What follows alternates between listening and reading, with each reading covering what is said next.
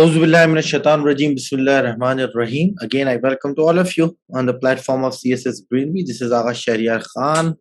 And in this session, we are going to analyze the paper of English essay of CSS 2022. Although, आप लोगों में से वो बच्चे जिनकी प्रिपरेशन नहीं हुई या जिन्होंने प्रिपरेशन नहीं स्टार्ट की, उनको ये शायद चीजें समझ में ना आए, but because of the demand of students और request of students, I am going to analyse the paper. अच्छा, एनालिसिस का ये मतलब नहीं है कि मैं आपको ये बताऊंगा कि क्या आर्गुमेंट लिखना था, ठीक है ना.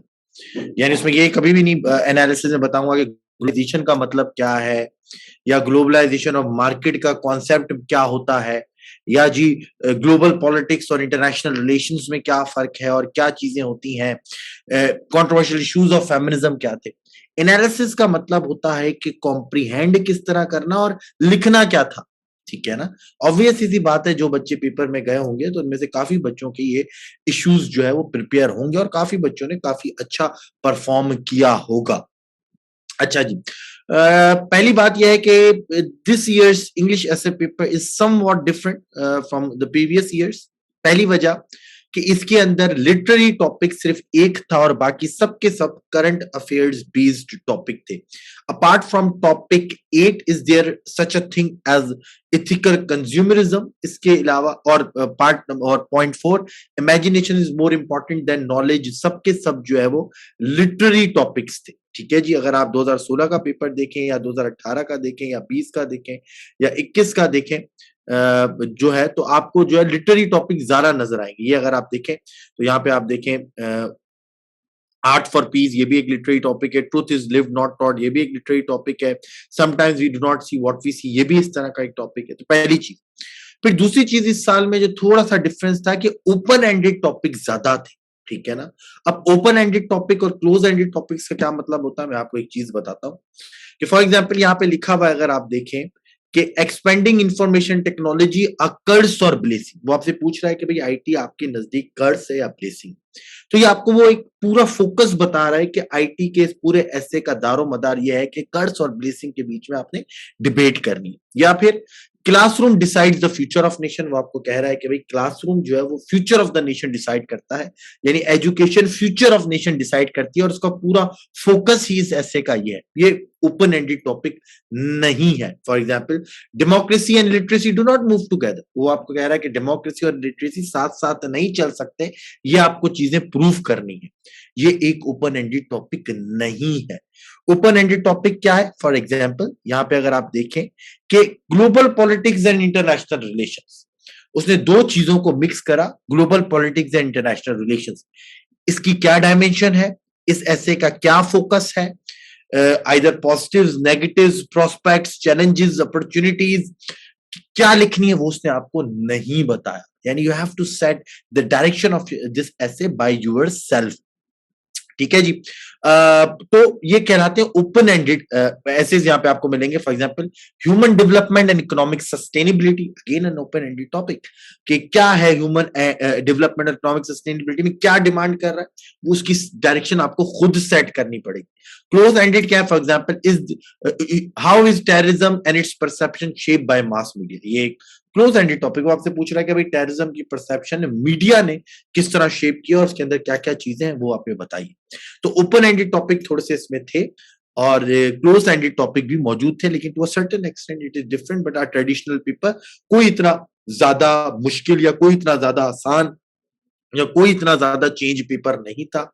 तो certain extent there is differences, but a traditional type of a paper. पहली चीज. अब आ जाते हैं, बात करते हैं वन बाय वन चीजों को, जरा टॉपिक्स को डिस्कस करते हैं कि क्या इसके अंदर चीजों को लेना चाहिए था. टॉपिक नंबर 1 जी, analysis of the concept of globalization of market. अच्छा, जैसे ये ऐसे का टाइटल आया तो जो बच्चों को जानते होंगे, या अगर मेरे जैसा कोई स्टूडेंट होता, मैं तो अभी भी अपने आप को एक स्टूडेंट ही कंसीडर करता हूं, या जो मेरे स्टूडेंट्स हैं जिनको मैंने पढ़ाया है वो होते, तो उनको मैंने हमेशा कहा है कि भाई पहली चीज आप लोगों ने करनी है कि इस ऐसे का जो मेन पार्ट है ना, उसको आपने अंडरलाइन करना है कि वो आपसे एनालिसिस मांग रहा है. और किस चीज का एनालिसिस मांग रहा है?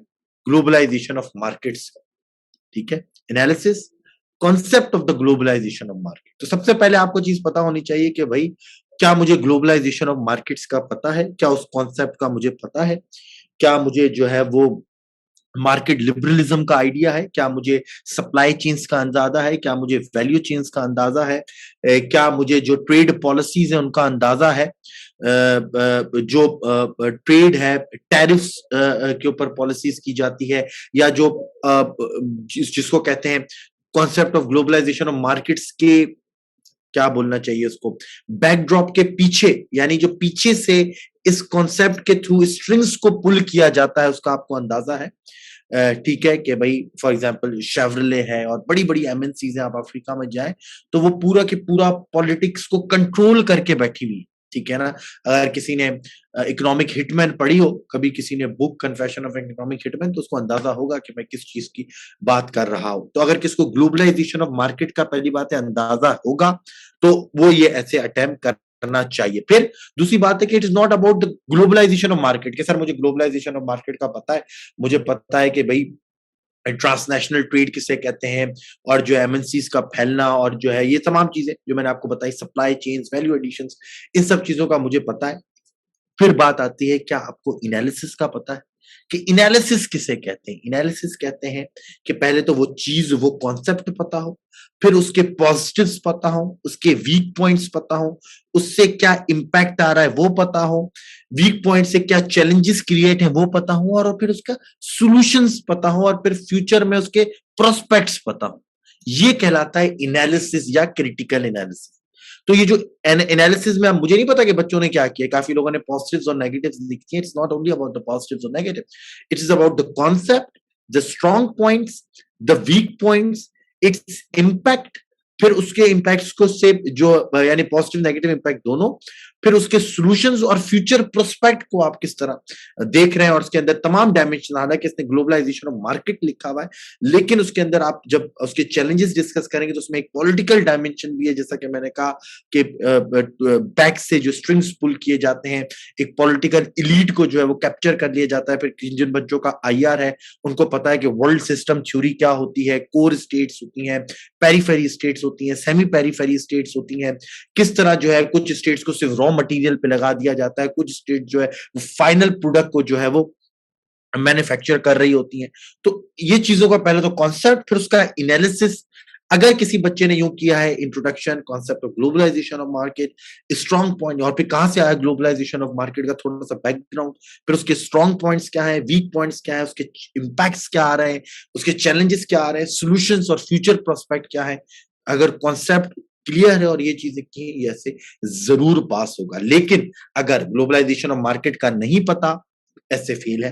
ग्लोबलाइजेशन ऑफ मार्केट का पता है लेकिन उसका एनालिसिस नहीं किया, सिर्फ ग्लोबलाइजेशन ऑफ मार्केट ही बताते चले गए कि ये है क्या, कॉन्सेप्ट कब आया, कौन सी सदी में आया, फिर इसके अंदर डेवलपमेंट क्या हुई, फिर जो है वो उसको कहते हैं ब्रिटन वुड्स सिस्टम आया और दूसरी चीजें हुई, फिर वेव्स हुई, फिर वर्ल्ड ट्रेड ऑर्गेनाइजेशन बनी, और फिर 2008 के फाइनेंशियल क्राइसिस हो गए। इसे पास नहीं होगा ऐसे, ठीक है ना। एनालिसिस करेंगे कॉन्सेप्ट के साथ, तब जाके ऐसे पास होगा। So what are the write in outline, so what we have to write in, और मैंने बता दिया आपको sir. Is it is explanatory, don't we have to make any opinion, it's up to you Sameer. जब आप प्रोस्पेक्ट्स डिस्कस करेंगे you can make your opinion कि आप क्या प्रोस्पेक्ट्स देख रहे हैं ग्लोबलाइजेशन ऑफ मार्केट्स के। क्या आप ये प्रोस्पेक्ट देख रहे हैं कि because of the rise of nationalism और अथॉरिटेरियनिज्म, और because of the rise of right wing politics और पैंडेमिक्स, क्या उसको आप रिवर्स होता हुआ देख रहे हैं, या उसकी डायमेंशन को जो है वो चेंज होता हुआ देख रहे हैं। मैंने हमेशा कहा था, मैंने बच्चों को पढ़ाया भी था जब मैं डिजिटलाइजेशन पढ़ा रहा था, तो मैंने 10 lesson for the post pandemic world का एक चैप्टर है ग्लोबलाइजेशन के ऊपर भी, मेरा रिव्यू भी मौजूद है यूट्यूब चैनल के ऊपर। मैंने उस चैप्टर का जो है वो रिव्यू भी दिया था। तो उसमें फरीद जकरिया कहते हैं कि globalization is not reversing, basically it is changing its direction. तो वो भी आप प्रोस्पेक्ट में कर सकते हैं कि भाई ये मेन स्ट्रीम से डिजिटलाइजेशन की मार्केट के ऊपर चेंज हो रही है और उसको कोई रिवर्स नहीं कर सकता। Yes you can, but majority जो है वो डिस्क्रिप्टिव ही था, इसमें आप एनालिसिस करेंगे, बेसिकली अपना ओपिनियन ही दे रहे होंगे। सबको चीजें जी आगे बढ़े।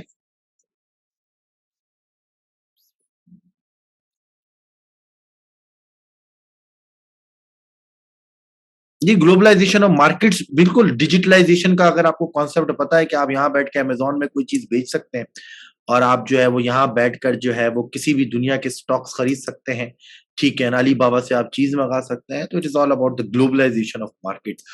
अगर इसने किसी ने इसको डिजिटलाइजेशन वाला डायमेंशन मिस कर दी ना, तो वहां पर भी बड़ा एक उसको धचका लगने लगेगा, क्योंकि globalization of markets and digitalization का जो कॉन्सेप्ट है वो कोर है यहाँ पर। सप्लाई चेन्स, वैल्यू चेन्स वाला कॉन्सेप्ट भी कोर है, यहाँ पर फिर मसला होगा। लेकिन अगेन जैसा कि मैं कह रहा हूँ, यहाँ पे मैं कॉन्सेप्ट समझाने नहीं बैठा, मैं सिर्फ समझाने बैठा हूँ कि टेकल किस तरह करेंगे। फिर कॉन्सेप्ट के लिए तो पूरा 1-1.5 घंटे का लेक्चर चाहिए, जिसमें ग्लोबलाइजेशन बताऊं, मार्केट का कॉन्सेप्ट समझाऊं, फिर उसके कॉन्स्टिट्यूएंट्स क्या है की वो चीजें समझानी पड़ेंगी, फिर किस तरह से ये चीजें चेंज हुई, चाइना ने क्या किरदार अदा किया, फिर पेंडेमिक ने क्या किरदार अदा किया, 2008 की फाइनेंशियल क्राइसिस ने क्या किरदार अदा किया, राइज ऑफ नेशनलिज्म की बुनियाद पे क्या आया, इसका इम्पैक्ट क्या आया डेवलपिंग कंट्रीज के ऊपर, डेवलप कंट्रीज के ऊपर, तो वो डिफरेंट चीज है। नेक्स्ट है जी हमारे पास digital democracy, social media and political participation. Again an open ended topic है ये, इसमें इसने बताया नहीं है, लेकिन अगेन अगर आप समझे तो ये कह रहा है, बेसिकली ये कहना चाह रहा है, इसने सोशल मीडिया यूज कर लिया, लेकिन अगर सिर्फ डिजिटल डेमोक्रेसी भी रखता है एंड पॉलिटिकल पार्टिसिपेशन भी रखता, तब भी टॉपिक क्लियर था, ठीक है ना। लेकिन उसने social media topic word add करके ज्यादा उसको क्लियर बनाने की कोशिश की है।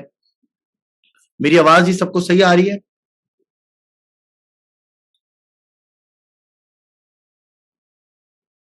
ठीक है, ठीक है। डिजिटल डेमोक्रेसी, ठीक है, अगर डिजिटल डेमोक्रेसी में पॉलिटिकल पार्टिसिपेशन भी रखता तब भी क्लियर था।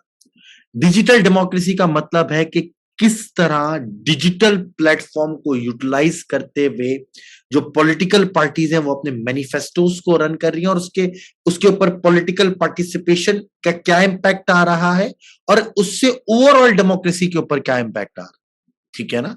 और इस टाइम पे पूरी हो ही डिजिटल डेमोक्रेसी रही है कि किस तरह आइडियाज को शेप किया जा रहा है, किस तरह पॉलिटिकल पार्टिसिपेशन को शेप किया जा रहा है, किस तरह नरेटिव्स को शेप किया जा रहा है। किसी ने अगर कैम्ब्रिज एनालिटिका स्कैंडल सुना हो तो आपको पता चल जाएगा कि किस तरह यूएस के इलेक्शन 2016 में हुआ, और किस तरह डिजिटल डेमोक्रेसी के थ्रू, सोशल मीडिया प्लेटफॉर्म के थ्रू वो शेप किया गया।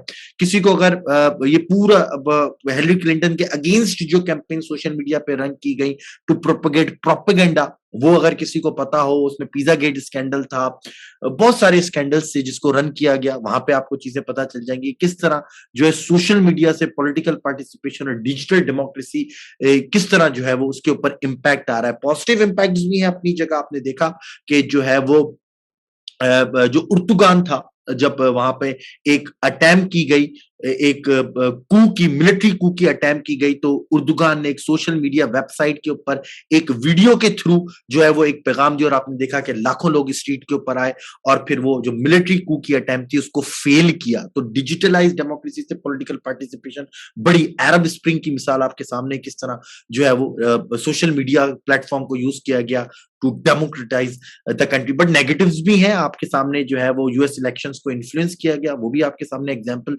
मौजूद है। प्रोपेगेंडा, फेक न्यूज की आपका एग्जांपल मौजूद है, किस तरह नरेट किया जा रहा है। फिर इसके अंदर कुछ की टर्मिनोलॉजीज हैं, इको चैम्बर्स का कॉन्सेप्ट आपको पता होना चाहिए, बॉट्स का कॉन्सेप्ट आपको पता होना चाहिए। पॉलिटिकल पोलराइजेशन बहुत ज्यादा बढ़ रही है डिजिटल डेमोक्रेसी में, पॉलिटिकल पोलराइजेशन का आपको कॉन्सेप्ट पता होना चाहिए। ये वही बच्चे अटेम्प्ट करेंगे जिनको टेक्नोलॉजी का शौक है, और जो टेक्निकल या टेक्नोलॉजिकल सेवी स्टूडेंट्स हैं वो पार्टिसिपेट करें, किसी और ने किया और की टेक्नोलॉजिकल कॉन्सेप्ट्स को यूटिलाइज नहीं किया तो बड़ा एक मसला हो जाएगा। बिल्कुल ऐसा ही है, लेकिन इसमें पॉजिटिव्स और नेगेटिव्स दोनों है गुलरोग। जैसे कि मैंने कहा कि पूरा कैम्ब्रिज एनालिटिका स्कैंडल आप देख लें, हैरी क्लिंटन के अगेंस्ट आप पूरी कैंपेन्स को उठा के देख लें, तो वहां पे आपको पूरा एक नेगेटिव ट्रेंड मिलेगा, ठीक है ना। और फिर बहुत सारी ऐसी मिसालें मैं यहाँ पे कंट्री वाइज भी आपको बता सकता हूँ कि किस तरह, फॉर एग्जाम्पल रशियन आप टेक्निक्स देख लें, तो ईस्टर्न यूरोप में जो रशिया है वो थ्रू सोशल मीडिया प्लेटफॉर्म्स भी वहां पे जो डेमोक्रेसी की इमेज है उसको टार्निश कर रहा होता है, ठीक है ना। तो in a positive way yes, in a negative way as well, ठीक है जी। तो ये पूरा कॉन्सेप्ट था, बड़ा इंटरेस्टिंग टॉपिक था। यानी अगर मैं अटेम्प्ट दे रहा होता सीएसएस 2022 की, so I will go for this topic, क्योंकि आई थिंक जो है वो मेरी एक नीश डेवलप है टेक्नोलॉजी में, मुझे ये लगता है। तो मैं ये इस टॉपिक के ऊपर जाता। देन जी global trade and trade policies of China, again an open ended topic. उसने आपको कोई फोकस्ड एरिया, कोई डायमेंशन यहाँ पे नहीं बताया। उसने बोला कि भाई ट्रेड पॉलिसीज ऑफ चाइना और ग्लोबल ट्रेड, इसका सीधा मतलब यह है कि ग्लोबल ट्रेड से, ट्रेड पॉलिसीज ऑफ चाइना से ग्लोबल ट्रेड के ऊपर क्या इंपैक्ट आ रहा है, पॉजिटिव्स भी, नेगेटिव्स भी, चैलेंजेस और फिर इसके सॉल्यूशंस। पॉजिटिव्स भी बहुत ज्यादा है, नेगेटिव्स भी बहुत ज्यादा है। आप अगर डोनाल्ड ट्रंप को फॉलो करते हो, जब वो प्रेसिडेंट थे तो उनकी हर स्पीच, हर ट्वीट में अगर चाइना से रिलेटेड, तो उसने काफी दफा चाइना की नेगेटिव ट्रेड पॉलिसीज को एक्सेंचुएट किया है। चाहे वो डंपिंग हो, चाहे वो फोर्स टेक्नोलॉजी ट्रांसफर हो, चाहे वो इंटेलेक्चुअल थेफ्ट हो, चाहे वर्ल्ड ट्रेड ऑर्गेनाइजेशन की जो पॉलिसीज है उनको ट्विस्ट करना हो, ठीक है ना। तो वो तमाम चीजें ट्रेड पॉलिसीज ऑफ चाइना अपनी जगह मौजूद है, और ग्लोबल ट्रेड पे किस तरह असर पड़ रहा है वो भी आपको यहाँ पर देखने पड़ेंगे। इट्स अप टू यू, ठीक है ना, कि जाहिर बात है हर चीज का एक, सिर्फ एक चीज तो डिस्कस नहीं कर सकते ना। ऐसे का मजा ही जब है जब आप तमाम डायमेंशंस को, एज मेनी पॉसिबल डायमेंशंस को आपने डिस्कस करना है। देन इमेजिनेशन, ये तो लिटरेरी टॉपिक है।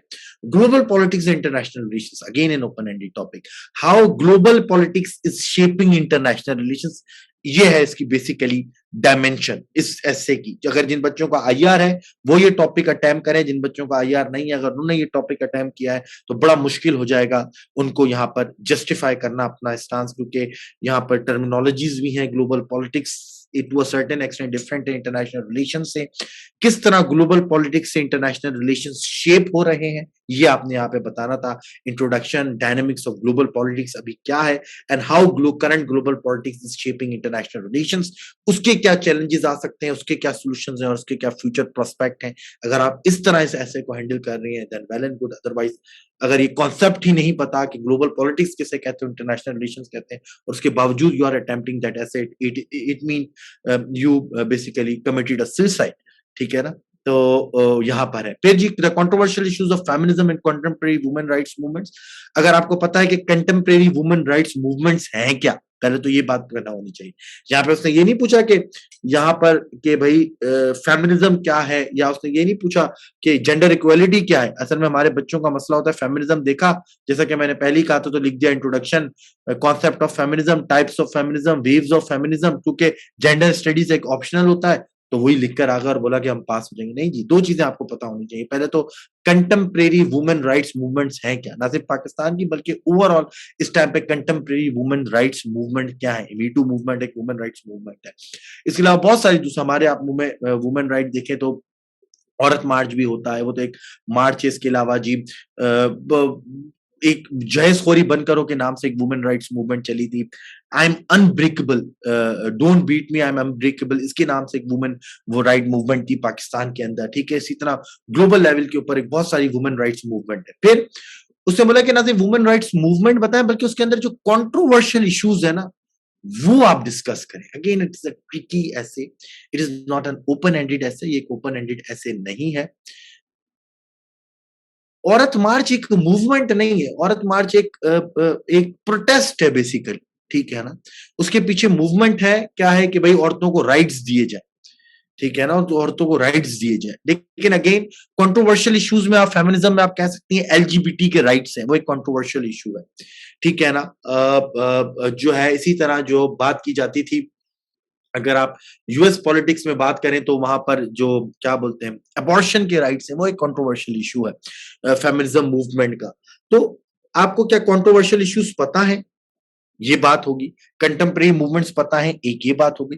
फिर how controversial issues basically impacting the whole concept of gender equality और the whole struggle of feminism in the world, वो फिर आपको पता होना चाहिए कि क्या कंट्रोवर्शियल इश्यूज की वजह से वो इक्लिप्स तो नहीं हो रही है उनकी स्ट्रगल, फिर उसको किस तरह इंप्रूव किया जाए, ठीक है ना। कि कंट्रोवर्शियल इश्यूज क्या है फेमिनिज्म में, ठीक है ना, कहां पर चीजें मसला आ रही हैं। जैसे फॉर एग्जांपल अगर किसी ने पढ़ा हो रेडिकल फेमिनिज्म का जो कॉन्सेप्ट के भाई हेट्रिड टुवर्ड्स मैन, वो एक कंट्रोवर्शियल इशू है। क्या फेमिनिज्म का नारा लेकर चले थे कि हमें औरतों को हकूक चाहिए, और मर्द जो है वो औरतों से नफरत कर रहे होते हैं और उन मर्दों के खिलाफ हम ये नहीं होने देंगे, और उल्टा आपने रोल रिवर्स करके अब आप कह रही हैं कि मर्दों से नफरत करना चाहिए, ठीक है ना। अगर आप रेडिकल फेमिनिज्म पढ़ें तो उनके ऊपर क्रिटिसिज्म ये है कि उन्हें रोल रिवर्स कर लिए, ठीक है ना, कि भाई अब हम जो है उनसे नफरत करना शुरू करेंगे। कंट्रोवर्शियल इशू है, ठीक है जी। तो इस तरीके से अगर आपको चीजें पता है तो आप इस चीज को कर पाएंगे। Contemporary women movements, controversial issues, and how they are impacting the whole woman struggle, whole feminism, feminist struggle in the world, और फिर इसके challenges और उसके फिर solutions पाकिस्तान का टच देंगे तो काफी अच्छा हो जाएगा। Question 7 ji, world food system, the economics of agriculture, a total 100% technical topic. If you know the concept of world food system, then go for it. If you do not know the concept of world food system, आपको ये ऐसे करना ही नहीं चाहिए था। मैंने आप लोगों के लिए एक रिपोर्ट पहले ही मेरे पास मौजूद थी वर्ल्ड फूड सिस्टम की, उसके लिए मैंने आपसे एक डायग्राम भी निकाली है कि अगर इस किसी को पता है, ये होता है जी बेसिकली वर्ल्ड फूड सिस्टम, जिसमें बेसिकली सबसे ऊपर बायोफिजिकल एलिमेंट्स आते हैं, सॉइल आ गई, वाटर रिसोर्सेज आ गई, वाटर बॉडीज आ गई, क्लाइमेट आ गया, एग्रीकल्चर इनपुट्स आ गई, इंटेंसिसाइड्स, फर्टिलाइजर्स, इंसेक्टिसाइड्स वगैरह यानी एलिमेंट्स। फिर लोग आ गए जिनको वो चीज फराहम करनी है। फिर आपकी ऑर्गेनाइजेशंस आ गई कि जो ऑर्गेनाइजेशंस ये प्रोवाइड करती हैं, चाहे वो मल्टीनेशनल ऑर्गेनाइजेशंस हो, ग्लोबल गवर्नेंस हो, बैंक्स हो, यूनिवर्सिटीज हो, रिसर्च इंस्टीट्यूशंस हो, गवर्नमेंट्स हो। फिर इकोनॉमिक स्ट्रक्चर आ गया आपका कि भाई लिबरल मार्केट है, नॉन लिबरल मार्केट है, कैपिटल फ्लोज क्या है, फूड एड क्या है, ट्रेड एग्रीमेंट्स क्या है, सब्सिडीज क्या है। फिर आपकी गवर्नेंस स्ट्रक्चर आ जाएगा कि पॉलिसीज फ्रेमवर्क क्या है, प्राइवेट स्ट्रक्चर है, पब्लिक प्राइवेट पार्टनरशिप है।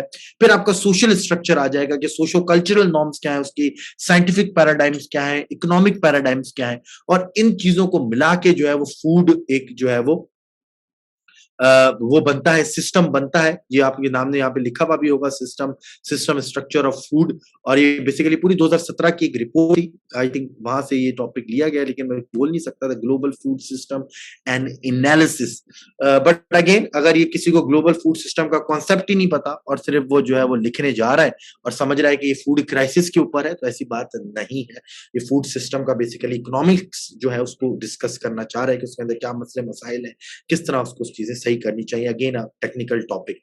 फिर जी human development and economic sustainability, again जिसका कोई इकोनॉमिक्स का बैकग्राउंड है वो ये ऐसे डील करे, वरना ये ऐसे थोड़ा सा मुश्किल है। इकोनॉमिक सस्टेनेबिलिटी ह्यूमन डेवलपमेंट से किस तरह आएगी, क्योंकि काफी दफा कहते हैं कि जो है ऊपर से जीडीपी को अच्छा दिखा दिया जाता है, मुल्क में कुछ लोग अमीर हो जाते हैं और जो है वो कहा जाता है कि जी इकोनॉमी इस मुल्क की बड़ी अच्छी है, लेकिन जब तक ह्यूमन डेवलपमेंट नहीं होगी तब तक सस्टेनेबल इकोनॉमिक डेवलपमेंट नहीं होगी। तो आप किस तरह कनेक्ट करते हैं इकोनॉमिक सस्टेनेबिलिटी को ह्यूमन डेवलपमेंट से, कौन से पैरामीटर्स हैं आपके पास, एम्प्लॉयमेंट अपॉर्चुनिटीज है, पुअर्टी है, सोशल वेलफेयर प्रोग्राम्स है, फिर किस तरह इकोनॉमिक सस्टेनेबिलिटी आएगी। क्या आपके पास पूरी दुनिया में वो मॉडल्स मौजूद हैं जहां पे इन दोनों चीजों को कनेक्ट किया गया है, स्कैंडिनेवियन कंट्रीज आपके सामने मौजूद है, तो इसके अंदर कर सकते हैं। And the last but not the topic, अगर मैं होता तो या तो मैं डिजिटल डेमोक्रेसी करता या टॉपिक नंबर 10 करता, और बहुत इंटरेस्टिंग टॉपिक है और वन ऑफ आसान टॉपिक भी है। एथिकल कंज्यूमरिज्म, जी ये लिटररी टॉपिक मैं नहीं करता, मैं कभी भी ना पढ़ाता हूँ ना करता हूँ। Is there such a thing as ethical consumerism, ये सब चीजें मैं, ethical consumerism although literary topic तो नहीं है, लेकिन उसको एथिक्स से कंज्यूमरिज्म को मिलाना पड़ेगा टू अ लिटररी टेस्ट है इसके अंदर, तो इस चीज को तो मैं नहीं कर पाऊंगा। अच्छा जी, how is terrorism and its perception shaped by mass media, ठीक है जी। अच्छा ये भी एक चीज याद रखना चाहिए, आपको अपनी लिमिटेशंस भी पता होनी चाहिए। मैंने जैसे कल भी कहा था कि what not to do is as important as what to do, ठीक है ना। तो अपनी लिमिटेशंस का भी पता होना चाहिए कि यार ये मेरी फील्ड नहीं है, ठीक है ना। अच्छा जी, how is terrorism and its perception shaped by mass media, ये एक अच्छा टॉपिक था कि टेररिज्म को कॉन्सेप्ट किस तरह मास मीडिया शेप करता है, ठीक है। और इसके अंदर आपके पास बहुत ज्यादा एग्जाम्पल दी। सबसे पहले तो आपने टेररिज्म को डिफाइन करना था, फिर मास मीडिया किन पैरामीटर्स के ऊपर एक आइडिया को शेप करने की सलाहियत रखता है, इसके ऊपर नॉर्म चॉम्स्की का पूरा एक प्रोपेगेंडा मॉडल है, अगर किसी को वो पता है तो वो उसको हेल्प मिलेगी। फिर आपके पास एग्जाम्पल थी, बुरहान वनी का केस था आपके पास कि किस तरह उसका नैरेटिव शेप किया गया।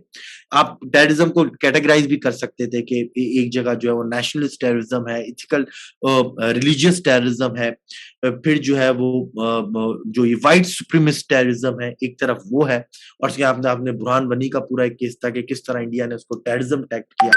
पैलेस्टाइन में काफी केसेस होते हैं, वहां पे टेररिज्म टैग किया जाता है, ठीक है ना। और फिर अगर यही व्हाइट सुप्रीमिस्ट जो है वो अगर यूएस में कोई कत्ल कर दें जो है, तो उनकी तरफ से जो है वो पूरा केस किया जाता है कि वो टेररिस्ट नहीं है, वो बेसिकली इंसेन है, वो पागल है, ठीक है ना। तो किस तरह मास मीडिया जो है वो परसेप्शन क्रिएट करती है टेररिज्म के हवाले से, ठीक है ना। कि अगर मोदी जो है वो माइनॉरिटीज के राइट्स को जो है वो वायलेट कर रहा है तो वहां पर वो चीज टेररिज्म से टैग नहीं किया जाएगा, या आईएसएस आरएसएस को टेररिज्म से टैग नहीं किया जाएगा। लेकिन अगर वही कोई दूसरी ऑर्गेनाइजेशन करे तो उसको टेररिज्म से बिल्कुल टैग कर दिया जाएगा। और ये बहुत अच्छा टॉपिक था जिसको आप लोग अटेम्प्ट कर सकते थे। जी जी, मास मीडिया में तमाम चीजें आ जाएंगी।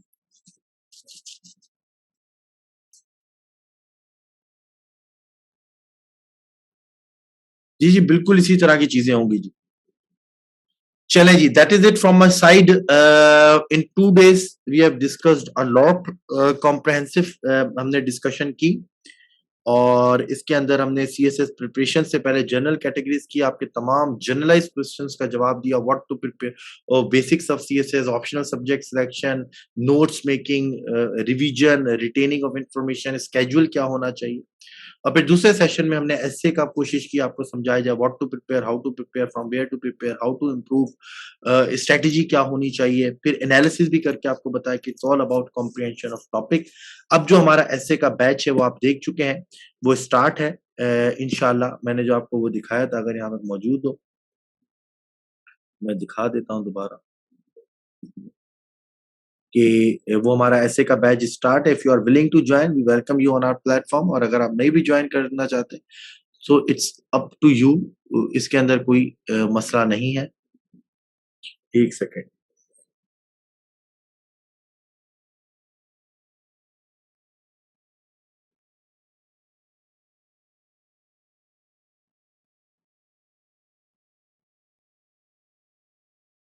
ठीक है जी, प्रिपरेशन स्केड्यूल ये तो कल वाला था जो मैंने आपके साथ शेयर किया था।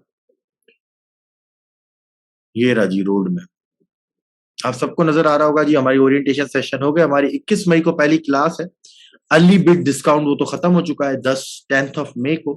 तो अगेन आप लोग जितना जल्दी हो सके जो है वो इसको ज्वाइन करें, if you willing to join. अगर आप नहीं कर रहे, so best of luck and best wishes from my side to all of the participants who are preparing for CSS 2023। Sir 3 month course में प्रेसियर कंपोजिशन, नहीं जी, कंप्रेसियर composition का अलग batch होगा।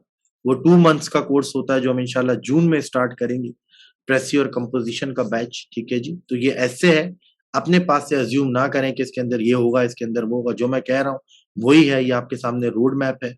ये पीडीएफ में आपको चाहिए, मुझे व्हाट्सएप करें, आपको पीडीएफ में ये मिल जाएगी चीज। तो इसमें जो चीज लिखी है वो चीज होगी, इसमें जो चीज लिखी नहीं है वो चीज नहीं होगी। नहीं नहीं, ओपन एंडेड कैसे होगी जी? मैं आपको कह रहा हूँ कि अगर किसी ने रजिस्टर्ड करना है तो उसकी पर्टिकुलर फीस है, और जो है वो इसके अंदर होगी। और जैसा कि कहा जाता है कि there is no free lunch. ठीक है ना, तो यहाँ तक तो चीजें थी। बाकी जो है वो, if you are willing to perform, you have to register yourself and submit a fees as well.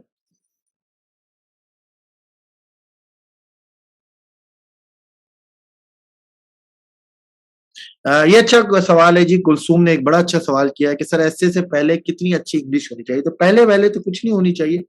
मैं हमेशा कहता हूं कि रिक्वायरमेंट जो है ना, बाकी चीजें तो इम्प्रूव होती रहेंगी। Expression with the passage of time improve होगी, बाकी चीजें इम्प्रूव होंगी। लेकिन जो बेसिक रिक्वायरमेंट है कि यू कैन राइट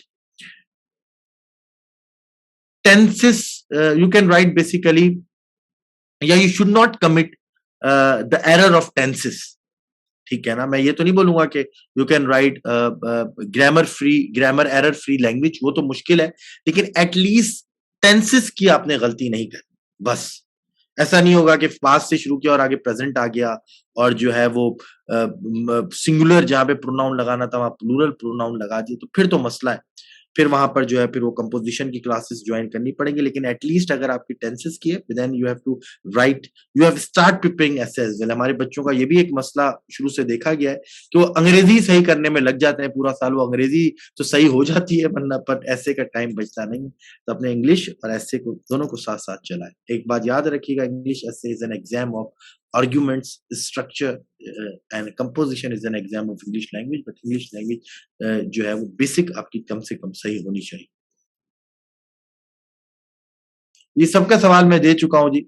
ऐसे प्रैक्टिस कैसे बिगिन करें, कहाँ से इम्प्रूव करें, किस तरह करें, कल की क्लास में मैं ये सब चीजें बता चुका हूँ। और अगर आपने कंपोजिशन को पढ़ना है करना है, जून में हमारा जो है वो बैच स्टार्ट होगा कंपोजिशन का, तो आप इसको ज्वाइन करें। उसमें जो है वो फिर प्रैक्टिस भी होती है, कंपोजिशन के रूल्स भी होते हैं, लेकिन टेंसेस तो आपने खुद से सही करने चाहिए। ठीक है जी। जो बच्चे फीस वगैरह का पूछ रहे हैं वो फिर जो है वो यहाँ पर व्हाट्सएप पे यहाँ पे लिख दें, मैं उनको व्हाट्सएप पे अपना रिप्लाई कर दूं। अच्छा, एक और चीज यहाँ पर ये भी है कि काफी बच्चे इसको कंपेयर करते हैं कि दूसरी जगह देखें जी इतनी कम फीस है और इस तरह की चीजें हैं, तो वहां पे भी देख लें कि वहां का ड्यूरेशन कितना है और वहां पे वो वाली चीज है कि नहीं है कि आपको 10-20 आउटलाइन पढ़ा के आपको बोल देंगे अल्लाह हाफिज। और अभी भी मैं तमाम बच्चे यहाँ पे जो मौजूद हैं सबसे भी ये बोलूंगा कि अगर इस तरह का 3 मंथ्स का एक्सटेंसिव कोर्स आपको कहीं और मिल रहा है और उसकी फीस हमारे प्लेटफॉर्म से कम है तो काइंडली ज्वाइन दैट बैच। मैं तो रिक्वेस्ट करता हूँ कि बच्चों को अगर ऐसा बैच है कहीं की फीस हमसे कम है तो वो आप उसको ज्वाइन करें, कोई मसला नहीं है। ठीक है जी।